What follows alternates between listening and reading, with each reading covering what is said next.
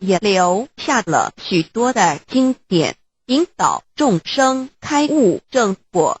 About 2,500 years ago, when Sakyamuni Buddha was still a prince, he witnessed the four sufferings of life: birth, old age, sickness and death. He told himself, "I've got to find the way that leads to eternity." Thus, he gave up his throne and fortune in search for an enlightening master and a way to eternal liberation. Later, he was initiated by Dipamkara Buddha and eventually reached Buddhahood. Sakyamuni Buddha's teachings were collected by his disciples as sutras.